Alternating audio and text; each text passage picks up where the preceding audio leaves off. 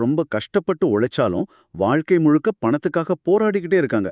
ஆனா இன்னும் சில பேர் இருக்காங்க, அவங்க செல்வம் மட்டும் வளர்ந்துகிட்டே போகுது. இதுக்கு காரணம் அதிர்ஷ்டமா? இல்ல பணத்தை பத்தி நமக்கு தெரியாத ஏதோ ரகசிய விதிகள் இருக்கா? ஆமா. இந்த கேள்வியத்தான் நீங்க சொன்ன மாதிரி இந்த ரிச் டாட் புவர் டாட் புத்தகத்தின் சில பகுதிகள் ரொம்ப ஆழமா பாக்குது. பணத்தை பற்றி இரண்டு முற்றிலும் மாறுபட்ட கண்ணோட்டங்கள் இருந்தா ஒருத்தரோட வாழ்க்கை எப்படி அமையும்னு இதுல ரொம்ப தெளிவா விளக்கியிருக்காங்க. ஆமா. ஒண்ணு வந்துட்டு நல்லா படிச்சு ஒரு நல்ல வேலைக்கு போனா வாழ்க்கை செட்டில் ஆயிடும்னு சொல்ற நம்மளோட வழக்கமான கண்ணோட்டம். இன்னொன்னு, பணத்துக்காக வேலை செய்யாத, பணத்தை உனக்காக வேலை செய்யவைன்னு சொல்ற ஒரு முற்றிலும் வித்தியாசமான கண்ணோட்டம். கரெக்ட். இந்த ரெண்டு பாடங்களை மையமா வச்சுதான் நம்மளோட இந்த ஆழமான அலசல் இருக்க போகுது. முக்கியமா சொத்துனா என்ன, பொறுப்புனா என்னங்கிறத பத்தி நாம எல்லாரும் தப்பா புரிஞ்சு வச்சிருக்கிற ஒரு விஷயத்த இந்த புத்தகம் உடைக்குது. அது மட்டும் இல்லாம அந்த காமிக்ஸ் புத்தக கதை வாய்ப்புகள் எப்படி நம்ம கண்ணு முன்னாடியே இருக்குன்னு காட்ட ரொம்ப ஒரு எளிமையான உதாரணம் அது. ஆமா, ரொம்ப சுவாரஸ்யமான கதை. சரி, அப்போ அந்த ரகசிய விதிகளை தேட ஆரம்பிக்கலாமா? நிச்சயமா. முதல் முக்கியமான விஷயம், நம்மள நிதி ரீதியா இயக்குறது ரெண்டே ரெண்டு உணர்ச்சிகள் தான்னு புத்தகம் சொல்லுது. பயமும் பேராசையும். பயம், பேராசை. எப்படி? அதாவது பெரும்பாலான மக்கள் காலையில ஏன் எழுந்திருச்சு வேலைக்கு போறாங்கன்னா, சம்பளம் வரலன்னா என்ன பண்றது, பில்லை எப்படி கட்டுறதுங்கிற ஒரு பயம்தான் காரணம். சரி. சம்பளம் வந்ததும் ம் மனசுக்குள்ள ஒரு ஆசை வருது. ஒரு புது போன் வாங்கலாமா, ஒரு புது பைக் வாங்கலாமான்னு. அது பேராசை. அப்புறம் மாச கடைசில மறுபடியும் பில் கட்டணும், கடன் கட்டணும்னு பயம். திரும்பவும் வேலைக்கு போறாங்க. இது ஒரு முடிவே இல்லாத சுழற்சி மாதிரி இருக்கே. சரியா சொன்னீங்க. இதுக்கு பேர் தான் ரேட் ரேஸ். ஒரு எலி சக்கரத்துல ஓடுற மாதிரி. இந்த இடத்துல புத்தகம் ஒரு முக்கியமான விஷயத்த சொல்லுது.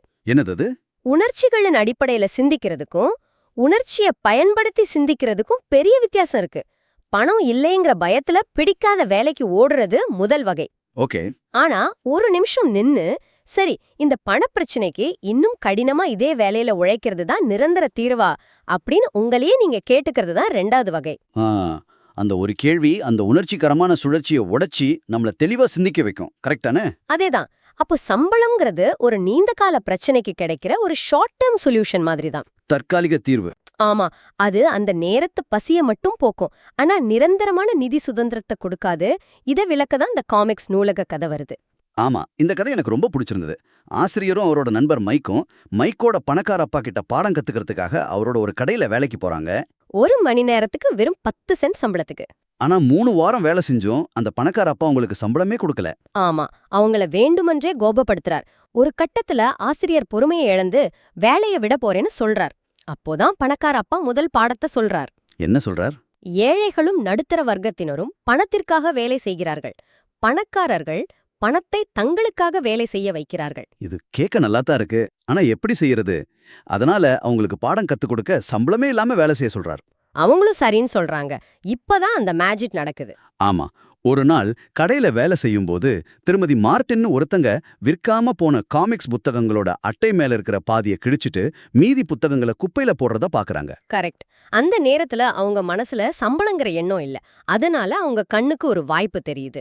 மத்தவங்க குப்பையா பாக்குற ஒரு விஷயத்துல இவங்களுக்கு ஒரு பொக்கிஷன் தெரியுது. உடனே இந்த காமிக்ஸ் புத்தகங்களோட விநியோகஸ்தர்கிட்ட போய் நாங்க இந்த புத்தகங்களை எடுத்துக்கலாமான்னு கேக்குறாங்க. மறுபடியும் விற்கக்கூடாதுங்கிற நிபந்தனையோட எடுத்துக்கோங்கன்னு அவரும் சொல்லிடுறாரு. வாவ், குப்பையில இருந்து ஒரு பிசினஸ் ஐடியா. மைக்கோட வீட்டு பேஸ்மெண்ட்ல ஒரு ரூமை எடுத்து இந்த காமிக்ஸ் புத்தகங்களை வச்சு ஒரு நூலகம் ஆரம்பிக்கிறாங்க. உள்ள வர ஒவ்வொரு குழந்தைக்கும் 10 சென்ட் கட்டணும். 2 மணி நேரம் எவ்வளவு காமிக்ஸ் வேணாலும் படிச்சுக்கலாம். இது ஒரு சூப்பர் ஹிட் ஐடியாவா மாறுது. ஆமா. அது மட்டும் இல்ல, அவங்க பிசினஸ அடுத்த கட்டத்துக்கு எடுத்துட்டு போறாங்க. மைக்கோட தங்கைய லைப்ரரியனா நியமிச்சு அவளுக்கு வாரத்துக்கு $1 சம்பளம் கொடுக்கறாங்க. அதாவது அவங்க இந்த இடத்துல இல்லாமலேயே அவங்களுக்காக பணம் சம்பாதிக்கிற ஒரு சிஸ்டத்தை உருவாக்குறாங்க. சரியா சொன்னீங்க. 3 மாசத்துல வாரத்துக்கு சராசரியா $9.50 சம்பாதிக்கிறாங்க. இதுதான் பணத்தை தங்களுக்காக வேலை செய்ய வைப்பதுங்கிற முதல் பாடம். அவங்க சம்பளத்தை எதிர்பார்த்து இருந்திருந்தா இந்த வாய்ப்பு அவங்க கண்ணுக்கே பட்டிருக்காது. நிச்சயமா. இது உண்மையிலே ஒரு மைண்ட் ஷிஃப்ட் தான். சம்பளத்தை மட்டும் யோசிக்காம வாய்ப்புகளை தேட ஆரம்பிக்கணும். சரி, அப்போ வாய்ப்புகளை பாக்குற புத்திசாலித்தனம் இருந்தா மட்டும் போதுமா? நிறைய பணம் சம்பாதிச்சா மட்டும் போதுமா? அதுதான் அடுத்த முக்கியமான பாடம்.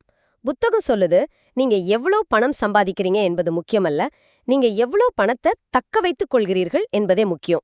இதுக்கு ஒரு அதிர்ச்சியான உதாரணத்தையும் சொல்லுது. ஆமா, அந்த 1923 கதை. அது உண்மையிலே கொஞ்சம் பயமுறுத்துற மாதிரி இருந்துச்சு. 1923ல சிகாகோவுல அமெரிக்காவோட மிகப்பெரிய பணக்காரர்கள், மிகப்பெரிய தொழிலதிபர்கள் எல்லாரும் ஒரு மீட்டிங் நடத்துறாங்க. அவங்க அன்னைக்கு தேதியில அமெரிக்க அரசாங்கத்தோட மொத்த பட்ஜெட்டை விட அதிக சொத்து வச்சிருந்தவங்க. சார்லஸ் ஸ்வாப் மாதிரி இரும்பு ஆலை அதிபர்கள், சாமுவேல் இன்சுல் மாதிரி இருசக்தி நிறுவன தலைவர்கள், அன்னத்த காலத்து ஜெஃப் பெசோஸ், எலான் மஸ்க் மாதிரி அவங்க. ஆமா, அவங்க கிட்ட எல்லாமே இருந்துச்சு. ஆனா புத்தகம் ஒரு கேள்வி கேக்குது. 25 வருஷம் கழிச்சு அவங்களுக்கு என்ன ஆச்சு? பதில் ரொம்ப சோகமானது. அவங்கள பெரும்பாலானவங்க வாழ்க்கையோட இறுதி கட்டத்துல ரொம்ப மோசமான நிலையில இருந்தாங்க. சிலர் கடனாளியா இருந்தாங்க, சிலர் வெளிநாட்டுல சொத்துக்களை இழந்து இறந்தாங்க, சிலர் ஜெயிலுக்கு போனாங்க, சிலர் தற்கொலையே செஞ்சுக்கிட்டாங்க. நினைச்சு பார்க்கவே முடியல. அவ்வளவு பெரிய சாம்ராஜ்யங்களை உருவாக்குனவங்களுக்கு இந்த கதியா? இதிலிருந்து நாம என்ன கத்துக்கணும்? பாடம் இதுதான். ஃபைனான்ஷியல் அறிவு இல்லாம வெறும் பணம் மட்டும் இருந்தா அது சீக்கிரமே காணாம போயிடும். ஓ, பிரச்சனைகளை தீர்க்கிற புத்திசாலித்தனம் தான் பணத்தை உருவாக்குது. ஆனா அந்த பணத்தை எப்படி நிர்வகிக்கணும்னு தெரியலனா அது வந்த வேகத்துல போயிடும். லாட்டரி ஜெயிச்சவங்க, பெரிய விளையாட்டு வீரர்கள்னு பல பேர் திடீர் பணக்காரர்களாகி சில வருஷத்திலேயே திரும்பவும் பழைய நிலைமைக்கு வர்றதுக்கு இதுதான் காரணமா? அதேதான், அதுதான் காரணம். ஓகே, அப்ப பாயிண்ட் என்னன்னா, ஃபைனான்ஷியல் லிட்ரஸி, அதாவது நிதி அறிவு தான் ரொம்ப ரொம்ப முக்கியம். ஆமா, பணக்கார அப்பா திரும்ப திரும்ப சொல்ற ஒரு விதி இருக்கு. பணக்காரராக விரும்பினால் நிதி அறிவு பெற்றிருக்க வேண்டும். அதோட முதல் மற்றும் ஒரே விதி, சொத்துக்கும் அதாவது அசத்துக்கும், பொறுப்புக்கும் அதாவது லயபிலிட்டிக்கும் உள்ள வித்தியாசத்தை நீங்க தெரிஞ்சுக்கிட்டு சொத்துக்களை வாங்கணும். இது கேட்க ரொம்ப சிம்பிளா இருக்கே. ஆனா இந்த சிம்பிளான விதியத்தான் பெரும்பாலான மக்கள் தப்பா புரிஞ்சுக்கிறாங்க. புத்தகம் கொடுக்கிற விளக்கம் ரொம்ப சக்தி வாய்ந்தது. என்ன அது? சொத்து அதாவது அசெட்னா உங்க பாக்கெட்ல பணத்தை போடுற ஒண்ணு. பொறுப்பு அதாவது லயபிலிட்டினா உங்க பாக்கெட்ல இருந்து பணத்தை எடுக்கிற ஒண்ணு. அவ்வளவுதான். ஒரு நிமிஷம், இது கொஞ்சம் குழப்பமா இருக்கு. பொதுவா எல்லாரும் வீடு, காரு இதெல்லாம் சொத்துன்னு தானே சொல்றோம். எங்க அப்பா கூட வீடு வாங்குறது தாண்டா பெரிய சொத்துன்னு சொல்லுவார். ம் ஆனா இந்த டெஃபினிஷன் படி பார்த்தா, நான் வாங்குற வீட்டுக்கு மாசம் மாசம் இஎம்ஐ கட்டுறேன், சொத்து வரி கட்டுறேன், மெயின்டெனன்ஸ் செலவு பண்றேன். அப்போ அது என் பாக்கெட்ல இருந்து பணத்தை எடுக்குது. அப்போ என்னோட வீடு ஒரு பொறுப்பா? இது என்ன புதுசா இருக்கு? சரியா கேட்டுங்க. இதுதான் இந்த புத்தகத்தோட மையக் கருத்து. பணக்கார அப்பாவோட பார்வையில நீங்க குடியிருக்கிற உங்க சொந்த வீடு ஒரு சொத்து கிடையாது. அது ஒரு மிகப்பெரிய பொறுப்பு. ஏன்னா அது தொடர்ந்து என் பாக்கெட்ல இருந்து பணத்தை எடுத்துக்கிட்டே இருக்கு. கரெக்ட். ஆனா நீங்க ஒரு வீட்டை வாங்கி வாடகைக்கு விட்டு அந்த வாடகை உங்க வங்கி கடன் வரி எல்லாத்தையும் தாண்டி உங்க பாக்கெட்டுக்குள்ள பணத்தை போட்டா அப்போ அந்த வீடு ஒரு சொத்து. ஓ, அப்போ ஒரு பொருள் சொத்தா பொறுப்பாங்கிறது அந்த பொருளை பொறுத்ததில்ல, அதோட பணப்புழக்கத்தை பொறுத்தது. எக்ஸாக்ட்லி. பணப்புழக்கம் அதாவது கேஷ் ஃப்ளோ. இந்த கேஷ் ஃப்ளோனா என்னன்னு கொஞ்சம் விளக்க முடியுமா? நிச்சயமா. கேஷ் ஃப்ளோனா பணம் எப்படி உள்ள வருது, எப்படி வெளிய போகுதுங்கிற கதை தான்.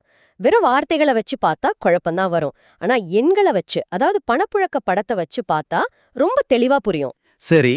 ஒரு ஏழை நபரோட பணப்புழக்கத்தை எடுத்துக்குவோம். அவங்களுக்கு வேலை மூலியமா வருமானம் வரும்.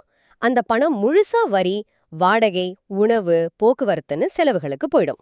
மாச கடைசியில கையில எதுவும் இருக்காது. அவங்க கிட்ட சொத்துன்னு எதுவும் கிடையாது. ஆமா. சரி, அடுத்தது நடுத்தர வர்க்கம். அவங்க பணப்புழக்கம் எப்படி இருக்கும்?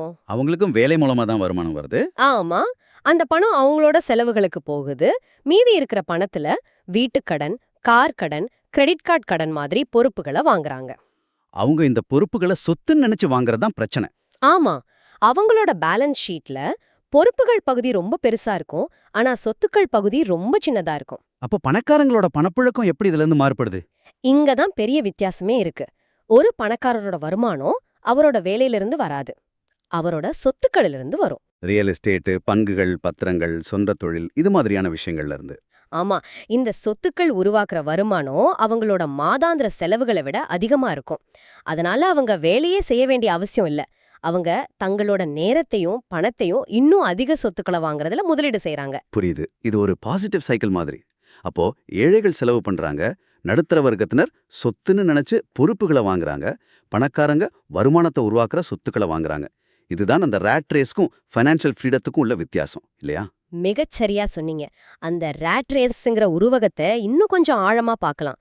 ஒரு கூண்டுக்குள்ள இருக்கிற எலி ஒரு சக்கரத்துல ஓடிக்கிட்டே இருக்கும். அது எவ்வளவு வேகமா ஓடினாலும் எவ்வளவு கஷ்டப்பட்டாலும் அதே இடத்துல தான் இருக்கும். அது எங்கேயும் போகாது. ஆமா, இதுதான் படிச்சு கஷ்டப்பட்டு வேலை செஞ்சு சம்பளம் ஏறினதும் செலவுகளை அதிகப்படுத்திக்கிறவங்களோட நிலைமை. இதுக்கு புத்தகத்துல ஒரு நல்ல உதாரணம் இருக்கு. ஒரு இளம் தம்பதியினர், 2 பேரும் நல்லா படிச்சவங்க, நல்ல வேலையில இருக்காங்க. அவங்க சம்பளம் அதிகமாகுது. உடனே அவங்க கனவு வீட்டை கடன்ல வாங்குறாங்க. அது ஒரு சொத்துன்னு நினைக்கிறாங்க. ஆனா அது அவங்களோட முதல் பெரிய பொறுப்பு. அப்புறம் புது வீட்டுக்கு புது கார், புது ஃபர்னிச்சர்னு வாங்குறாங்க.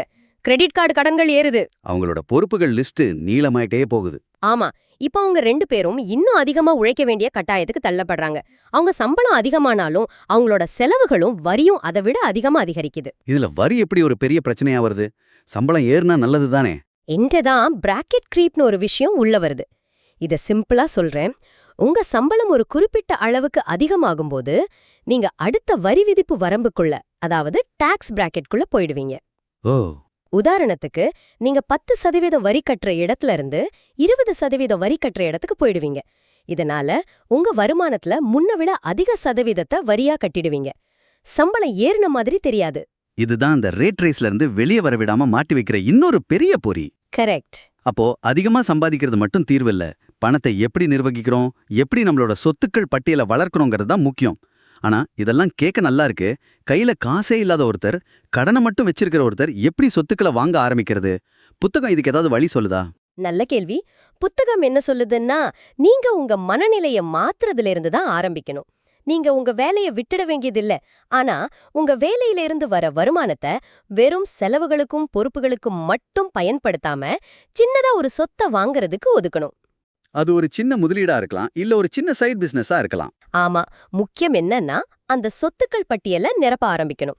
உங்க செலவுகளை குறைச்சி சொத்துக்களை வாங்க ஆரம்பிக்கும்போது மெதுவா அந்த சுழற்சி மாறும். ஆக இந்த உரையாடல்ல இருந்து நீங்க எடுத்துக்க வேண்டிய முக்கியமான விஷயம் இதுதான் நினைக்கிறேன். சொத்துக்கும் பொறுப்புக்கும் உள்ள உண்மையான வித்தியாசத்தை புரிஞ்சுக்கோங்க. ஒரு பொருளை வாங்குறதுக்கு முன்னாடி இது என் பாக்கெட்ல பணத்தை போட போகுதா இல்ல எடுக்க போகுதான்னு உங்களையே கேட்டுக்கோங்க. உங்க வாழ்க்கைய வருமானம் ஈட்டிட்டாலும் சொத்துக்களை உருவாக்குறதுல செலவிடுங்க.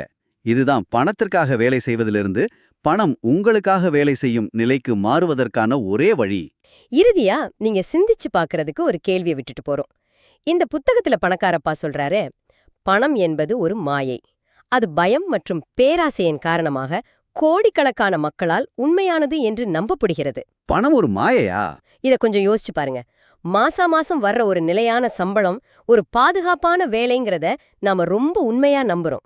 ஆனா அந்த நம்பிக்கை ஒருவேளை அந்த காமிக்ஸ் புத்தகங்கள் மாதிரி நம்ம கண்ணு முன்னாடி இருக்கிற மற்ற வாய்ப்புகளை பார்க்க விடாம நம்மள தடுக்கிற ஒரு மாயத்தோற்றமா இருக்க முடியுமா? சிந்தித்து பாருங்கள்.